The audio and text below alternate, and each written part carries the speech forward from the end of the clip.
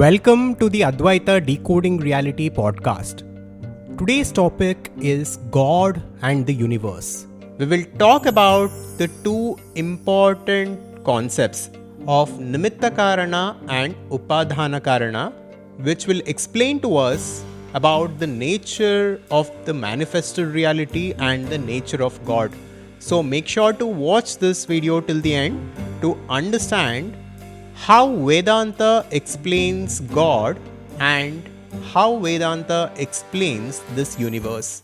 First, what we need to realize is that for anything to exist, for any object to come into existence, there needs to be two things. One is Upadhana Karana, which is a material cause. Second is Nimitha Karana, which is an efficient cause. To give you an example, if we take a pot which is made up of clay, the Upadhana Karana or the material cause for this pot is clay, and the Nimitha Karana, which is the efficient cause, is the intelligence and the skill of the potter, who with his effort, with his skill, designs the pot and actually creates the pot. So we can look at many examples here. We can look at a chair, we can look at a table, we can look at jewelry. For all of these things to exist, there needs to be first of all the material in which it is made of, and then there needs to be a creator who through his skill has created the product or the object. So this is how we can understand many objects within this universe. But what about the universe itself? And what about God? Many atheists and many scientists talk about this and they ask this very question. If God has created this universe, then who created God? What was there before God? This is the question that we hear often. So let us try to go a little deep in order to find an answer to this question. But first, let us look at this verse from the Chandogya Upanishad, which says, Sarvam Kalvidam Brahma, which translates to, this whole universe is God alone or Brahman alone. This sentence is pointing towards the essential nature of reality, which we will understand by the end of this video. But before that, let us look at an example to understand this reality. This example is of the dream. Now we all dream different dreams when we go to sleep. We do this every single day. And when we are within our dreams, we are a different person. We are the dream ego, which is temporarily experiencing the dream world. So within our dreams, we experience many things. We talk to different people. We interact with the dream world. Maybe we walk in the forest. We climb a mountain, we play with different animals. So a lot of things may happen within the dream. Now imagine when you are within the dream, someone comes to you and says, you are not who you think you are. You are not this ego which is temporarily having this experience in the dream world. There is someone else or there is something else outside of this dream within which this dream is being projected. There is a mind which is outside of this dream world within which the dream is being projected. And me, you, the animals, roads, the sky, the plants and trees, all of these things are essentially made of the same substance. And the duality that you are perceiving right now is an illusion. Now within the dream, when someone says this, it may not make a lot of sense. But what happens once you wake up from the dream world?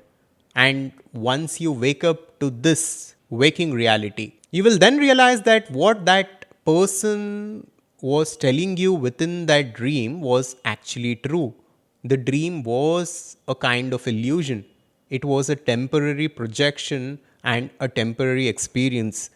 Your dream ego was not and is not who you truly are. Now, this is how we need to understand the nature of this universe also. Although the universe appears to exist, although there is apparent duality in this world, and me, you, this world all around us, they all seem like they are apart from us and they're separate from us. In reality, this is not true. This is simply the veil of Maya as explained by Vedanta.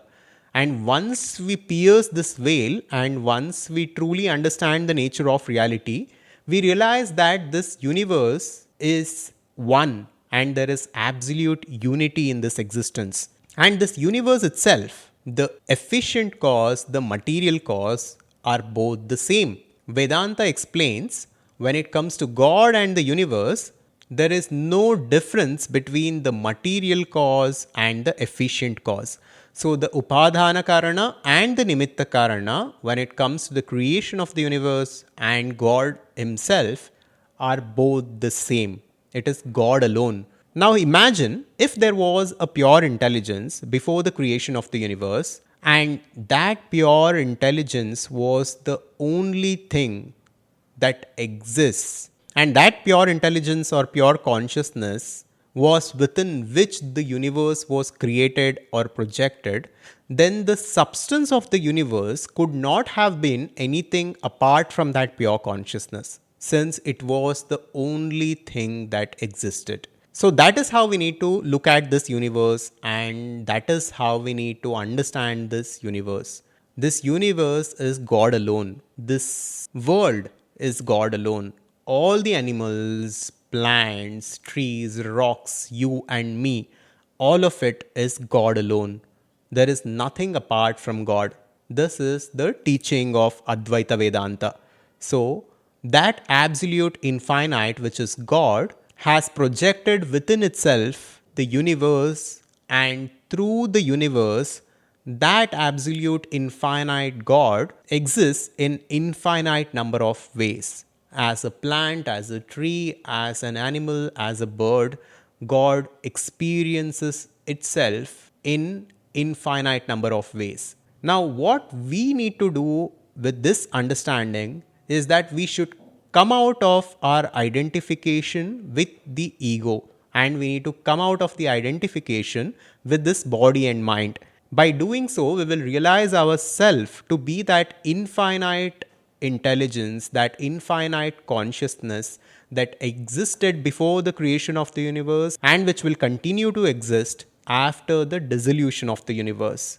Once we realize ourselves to be that infinite pure consciousness, we will come out of our suffering once and forever, and we will attain absolute fulfillment. This is the promise of the ancient Upanishads of India. So to summarize, what we need to understand is when it comes to God and the universe, the Upadhana Karana and the Nimitha Karana are the same. It is God alone. And the best way to understand this reality is through the understanding of the example of the dream.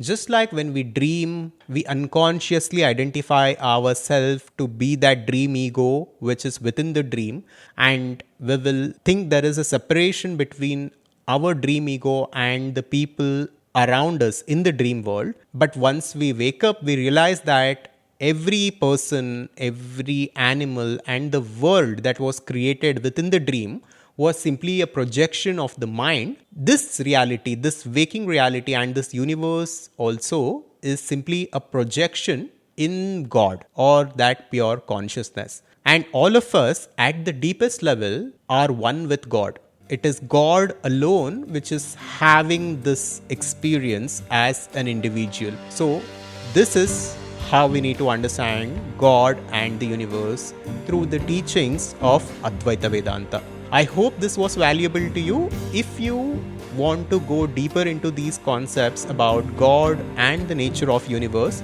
you can check out my book Decoding God on Amazon.